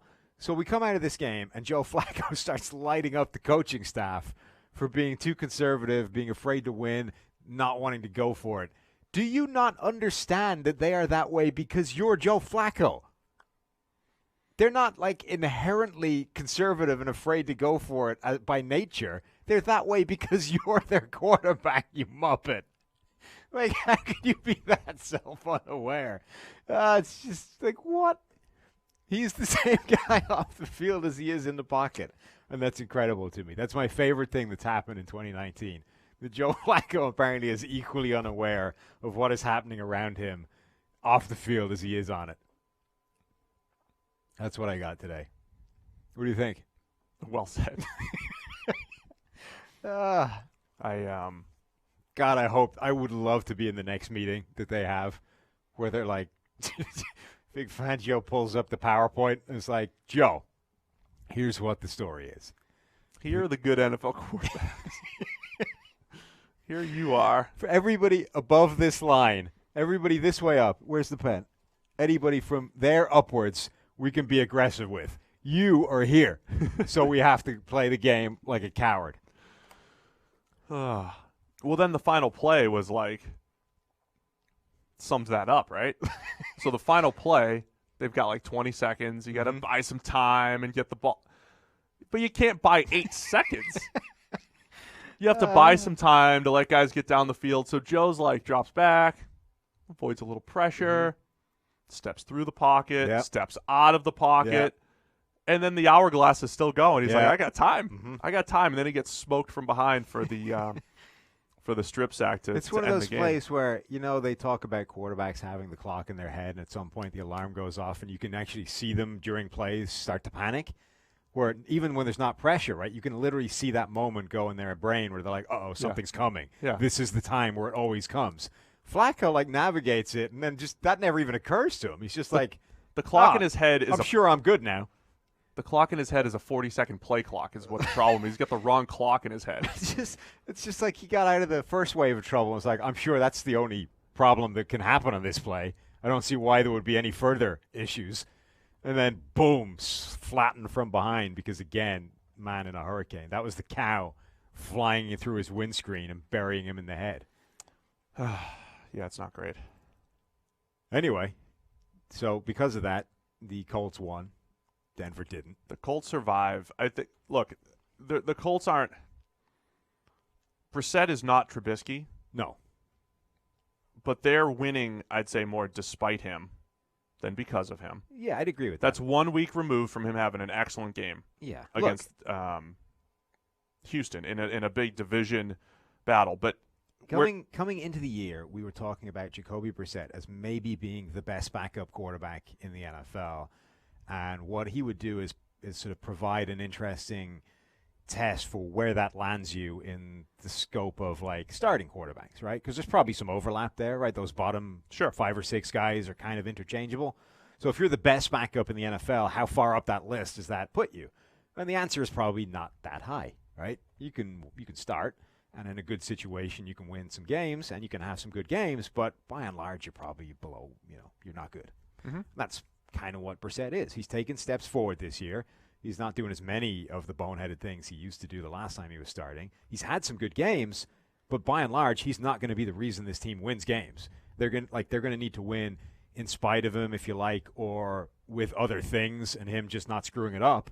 And that's been successful largely. But, yeah, you can't hide from the fact that he's not, particularly good. Yeah, so he wasn't great yesterday outside of that spectacular play on the game-winning drive. Tons of credit for that. But this is like I'm using the same descriptor as Trubisky. Yes. The difference was Trubisky's kicker missed a field goal. Right. Brissett's grades have been better than Trubisky's, just for clarity. And the difference between that and a Deshaun Watson is that he's doing it regularly. Oh, right, exactly. We can expect that from Watson. Brissett Watson's pulls a it out of big-time the fire, throw. but he's not doing it every single time that situation arises, which Watson pretty much is. Watson's a big-time throw machine. Brissett is the opposite of that. So we're week 5 at Kansas City, they won 13-10. Brissett was terrible, bad red zone interception in there. Last week was good. They come off the bye. Last week was good. Division game against Houston. This week, not good. This has been the story of Brissett's season, despite some pretty good stats. To me, that's just something to keep an eye on because we got to be fair. Something kind of awesome about Vinatieri basically forgetting how to kick and then coming out there and still nailing the clutch. Calling him. You were saying he was retiring and all this stuff. You were just way off. I'm pretty certain he was very close to retiring, and people talked him out of it. And even in this game, he missed an extra point again, right? I was wondering, how close do they need to get? This old man and all that kick. stuff. What was it, like a 51-yarder? Right. Even in this game, he still looks like he's kind of forgotten how to kick the ball. Comes out there, game on the line, nailed it. Long kick. You may forget how to kick. You don't forget how to be clutch, Steve. That's the bottom line with Don't Vinatieri. forget. Look, this is the man that won Brady all the Super Bowls, so he's not going to forget how to get that done in crunch time. Stop it. That was pretty good. Colts survive. They do. 15-13. Speaking of Brady and the Patriots, 27-13 over the Browns. God, this game was just this should have been a close game. Oh, I thought New England felt like they were winning by 100. Well, they did because the Browns had 3 consecutive snaps where they turned the ball over. Yeah. But, their defense actually did a really good job holding the Patriots for a lot of this game. Now, it was, rainy and blah, blah, blah. But their defense did a pretty good job, particularly when you factor in the fact that their offense kept, taking a bazooka to their own feet every 2 seconds. 3 consecutive snaps of turnovers, right? 2 Chubb fumbles and a Baker interception. Right. So one of them was like a giant breakaway run by Nick Chubb. And that, honestly, that was the worst of the ones in terms of, just idiot. He should have known better than that. The guy's running away. He's probably not going to get – he's getting run down, right? And he take out dude, he doesn't pay attention to ball security. Minus the 2 fumbles. He's really good. The first fumble was freaky unlucky. He got it kicked out by one of his own offensive line. Your offensive lineman's cleat should never come within 2 feet of the ball. Right. And somehow it knocks it out. That one I feel huge sympathy for. The second one, he should have known that was coming and had better ball security. The Baker pick is ridiculous in that play was dead from a pre-alignment point of view. Now, at the very minimum, he needs to see that and be like, there's a reasonable chance this play is in trouble already. All right, let's draw it up. No. Look, there are too many people listening, and they don't have any idea what you're doing, and I don't want to watch you. Really quickly, this was it the left tackle blocking him? The left tackle was pulling. Left guard was blocking, and he was blocking. And Jarvis Landry is here. Right. So the play was supposed to be, here's Baker, here's the running back. It was going to be a fake. Running back's on the other side. Okay. I can delete this. This is why we don't do it. This is great. No, this is good. This is good live YouTubing. Yeah, but so it's he really was faking bad this live way. Podcasting for right? everyone that's listening. Jarvis is coming through here. He's going to follow the puller. Yeah. After the fake handoff. Mm-hmm. So you got to have a little bit of, yeah. ball. So effectively, Jarvis Landry is lined up as left tight end, right? And he's just going to jet across the formation. They're going to pop pass it to him. These are the things that Andy Reid does all the time, manufactures that cheap, easy, fake passing yardage for the quarterback. The problem is this block. Yes. The problem is the guard has to make this block on the end. If the end gets upfield at all, this play's dead because this left tackle's pulling. Yes. Right? Because he's going to lead Jarvis on the toss play into space. This back block, you're hoping that this end is just reading the run action and doesn't get upfield. Right. So instead, he did. He came upfield. Jarvis also, for some reason, seemed slow out of his stance. I don't know if he missed the snap, if he himself was hesitating because he saw the end was going to come upfield and the play was going to be dead from the outset. Baker, takes this little head nod to the right to the running back to fake it, and then like looks back to Jarvis and does this like elongated pitch thing, right? I think he needs to see that there's a guy between him and the guy he wants to throw the ball to, and eat it, pull it down, not put the ball in the air. So this back block, Lawrence guy basically just got upfield. Take the and by the play. time this fake handoff was happening, he's there. Jarvis was blocked off. Stuck. Right. So I think Baker needs to see that coming and not put the ball in the air. Like he needs to find a way to pull that back and eat it and just take the negative play. But this kind of sums up the Browns this season, right? In that, yeah, sure, Baker had some problems, and you can say, look, he needs to eat that. But this was a disaster from the outset. It was never going to work. And shovel passes don't get picked off. A lot of different things went wrong to make this happen. And this was the third of the 3 consecutive turnover snaps. And at this point, you're like, the Browns need to just get back on the plane and go home. Like, this is ridiculous. The Patriots had scored off one of the fumble returns. At this point, did that make it, was that 10-zip with the Patriots getting the ball again? It's like, it was just ridiculous. Then the Browns are like false starting every single play. Later in the game, they decide to intentionally false start on 4th and 11 in their own half to go for it on 4th and 16. Like, why? What are you doing? And now, so clearly, again, we go back to week 1. We said, man, did we forget 10 penalties? Did we not put enough stock in the fact that this is Freddie Kitchen's first head coaching job? Can he organize this thing? Whatever. The fact that they had to false start on purpose on 4th and 11, yes, which isn't the worst thing in the world if it's not your fault. Like, it's better than taking the timeout was his point. But it was your fault for not having the right personnel group out there. They had the punt team out there when they said, we really want to go for it. And they were down 27-10. It was the right move to go for it. Yeah. So 10 penalties on offense, right, for the Browns. My favorite number in that, one guy had more than one. So 10 penalties, 8 different players had a penalty. I don't know how many of them were false starts, but it seemed like most of them. Yeah. And it's like, look, this offense is already struggling, and you are putting them essentially 50% or more behind the chains every single time you go out there for a drive. Like, you can't win like that. It's ridiculous. And look, your boy may have had Rashard Higgins maybe had a phantom penalty. That's the other thing, too. So Baker is not playing well. Did not play that well in this game. But this was a perfect example of everything else being a disaster.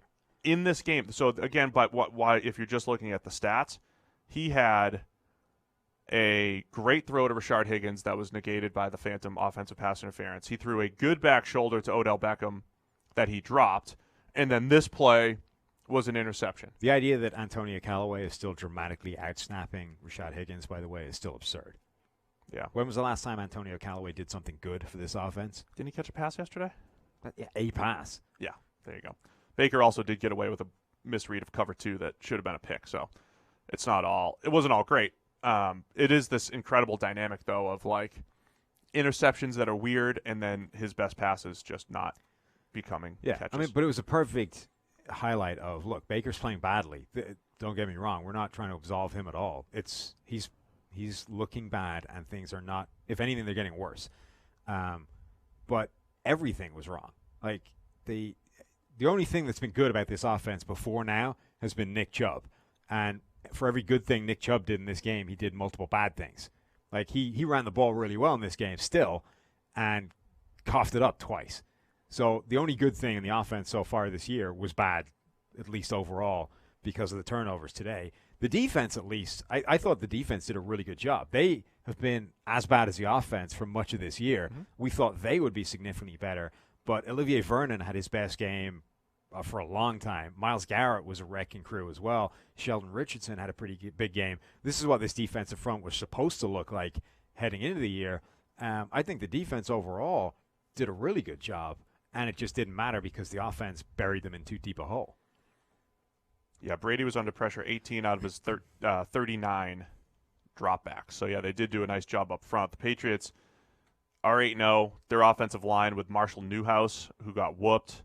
Marcus Cannon didn't have a great game, and then Shaq Mason didn't play, so James Ferentz, Kirk, his dad's the Iowa coach. Yeah. James Ferentz, struggled a little bit in pass protection. So that's kind of been the issue, I think, offensively for New England. They tried to get Mohamed Sanu involved. He dropped his first pass, caught one on a fourth. He caught a couple, but he had his ups and downs. They're still trying to find just a consistent rhythm offensively in New England. Are they going to go after a tackle before the trade deadline?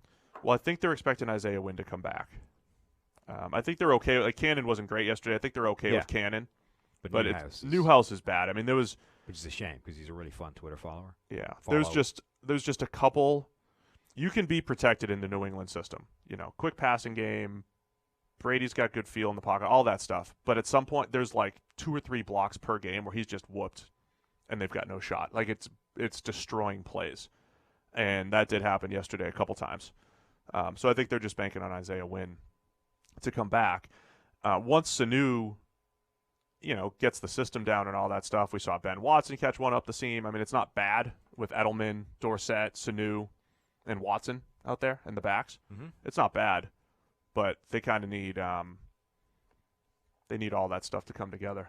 Yeah, look, because the defense should regress a touch at some point. It's insane how I think generally the playing. Patriots have looked. I think they are not quite as good as everything would indicate, right? Whether it's the absurd numbers the defense is putting up, right? Whether it's the overall undefeated record. I think they've had a very easy run of it so far, and there have still been little hints here and there that all is not rosy beneath the surface. Oh, for sure. And there's the test coming up, Baltimore next week on Sunday. Now I think they'll still Sunday be, night. I think they're still in that echelon of, there's levels to this game, and they're at the top, but they're not quite as dominant as this looks.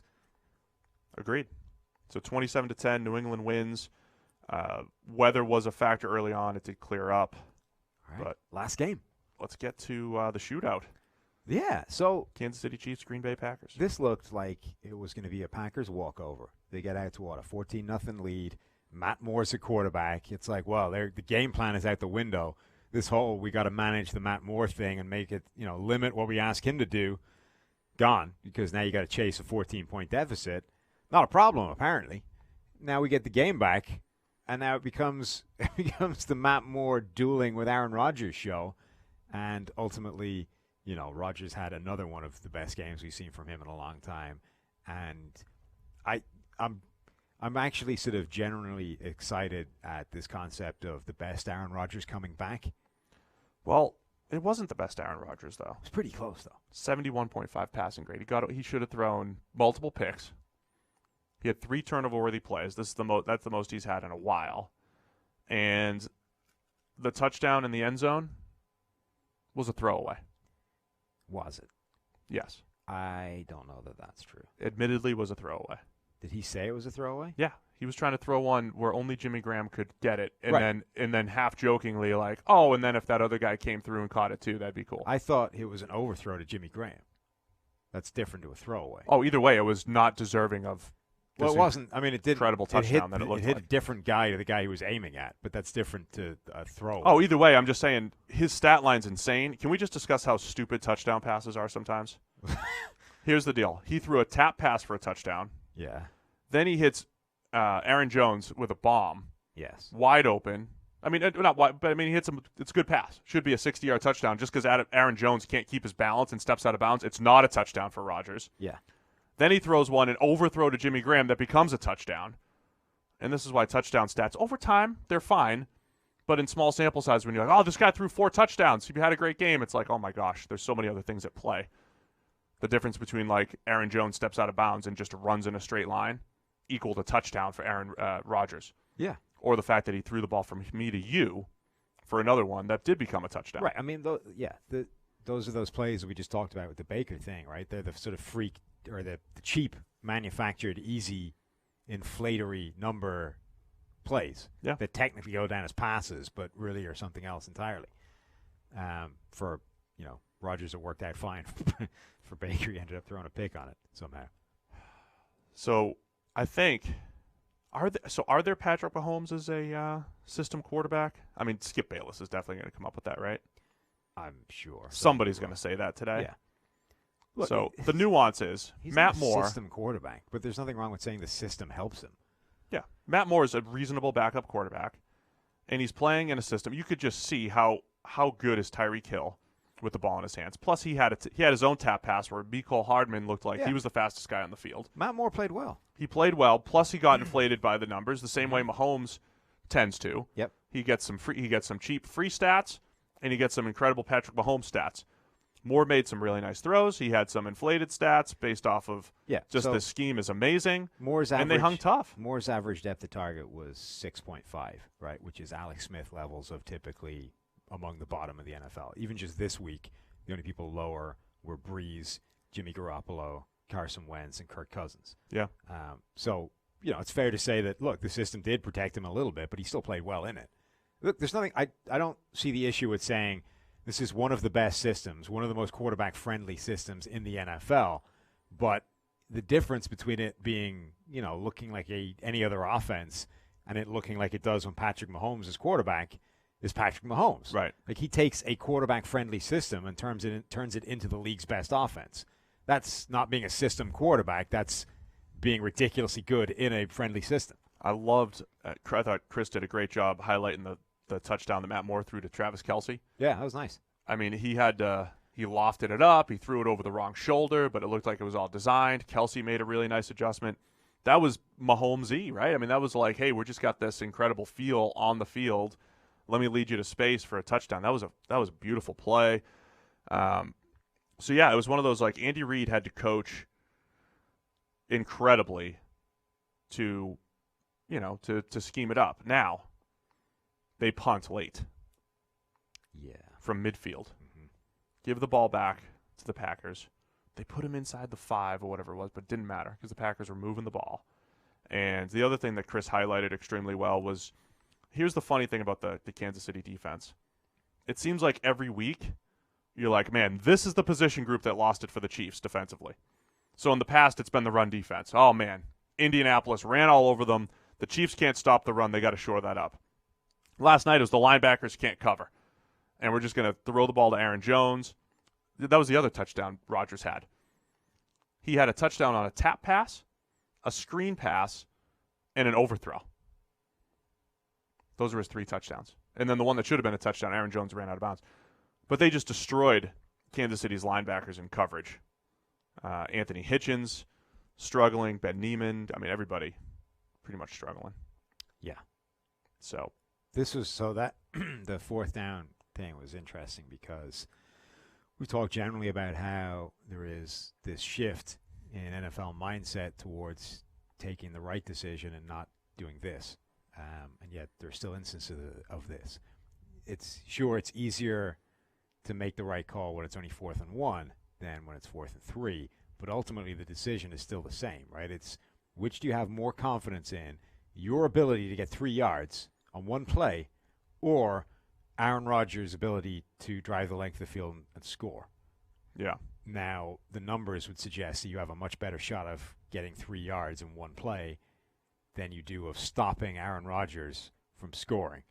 And that's exactly the way it worked out. You gave Aaron Rodgers the chance. Also, the other thing is, like, you feel surely you are more master of your own destiny keeping it in your hands, right? Even if you think it's a 50-50 thing, would you not want to be the one taking the shot than giving them the shot? Unless you have, like, the 85 Bears defense. But even, I don't know. It feels to me that you would always want the ball. I think it's more what your brain leans toward, because what you just described isn't that bad, right? If I know my punter can put the ball inside the 10, all right, we need one stop, we'll get the ball back, and we'll probably get the ball back in a similar place where we just punted it from. Yeah, but ultimately it's with less time on the clock. But ultimately it's which do you have more confidence in, your ability to execute on offense or your ability to stop them executing on offense? Yeah, so all I'm saying is what you just described isn't this like, man, that's an insurmountable situation, we better go for it. It's like, okay, that's a reasonable outcome that we can punt it, pin them, and then make a stop before they pick up 2 first downs, right? I think coaches just think through that lens so much. Here's what happens if I punt it. Here are the things that need to go right.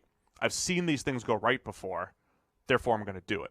Instead of thinking about, here's this one play so that I can keep, possession of the football instead of waiting for a bunch of other things to happen before I get possession again. That's the difference. Look, it's through the lens of, if I make this play, I still get to have the football.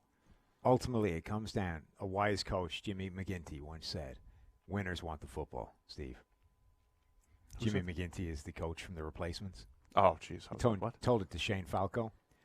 When he was, Falco had a great career. He was imparting wise lessons to Shane Falco, Footsteps Falco, from the Sugar Bowl.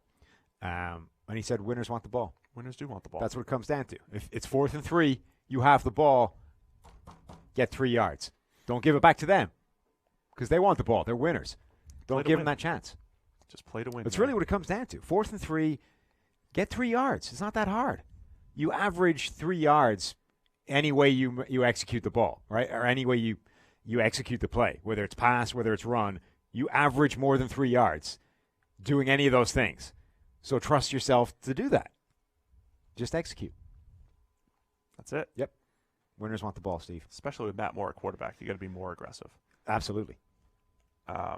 It is also kind of like a note to coaches when you have your backup quarterback. 0 run establishment by the Chiefs. I mean, he had 20 dropbacks before they had their 6th carry, I think. I mean, they were just chucking it. But if you scheme it up nicely for your quarterback, that's the best way to protect him. Scheme it up offensively, create some throws, win through the passing game. Don't put him in 3rd and 10 over and over again after running it. Yeah. Sound good? Yeah. Only run it when the Packers go like a 4-man box like they like to do. Are the Packers the best team in the NFC? They're, again, one of those teams in that conversation. San Francisco, New Orleans, Green Bay. There's a bunch of those good teams in the What a weird NFC. I mean, they lost to the Eagles in that Thursday night game in Week 4. Yeah, but the Eagles are still, like, potentially good. No, this is what I'm saying, though. It's like I think the Eagles are better than their record. I think there's a lot of teams just better than their record. This has been the NFC the last couple of years. Like, there's 10 teams that are, like, legit in the NFC, and it's a couple games here and there, a couple breaks here and there that are separating them. Yeah. Packers are rolling, and they're still only 1 game clear of the Vikings. Yeah. Having still got to go to Minnesota, right? I mean, Green Bay beating Detroit on that Monday night game where Detroit got screwed. I mean, it's a fine line right now. Right. Between good and bad in the NFC. All right. That'll do it. Week 8. That was Week 8. Yes. In the books. Not Week 7. Monday night preview. Steelers-Dolphins. What are you looking for here? God. Sleep? Yeah. Looking for halftime and then the final whistle as soon as humanly possible. So what I'm hearing is you're looking forward to the Genesis halftime show. Oh, God. What's going to be better, the game or the Genesis halftime show? I might actually call up movie trailers instead of the Genesis halftime show like last week. Ryan Fitz is going to keep them in it. It's going to be a good game. It's going to be a good football game. Ryan Fitz versus Mason Rudolph. You watch. God. It's going to be a good one. Sound good? No. All right, guys. We'll be back Wednesday for some mailbag, for some Stevenson Award, and then Thursday on your podcast machines with a Week 9 preview. They have machines, right, for podcasts? Yeah, it's called a phone. Podcast machine. Oh, go to PFF shop. Throw the damn ball. Creep back towards average. Get those shirts. Yeah, stop speaking now. Let's just end this. It's been 3 hours. Bye, guys.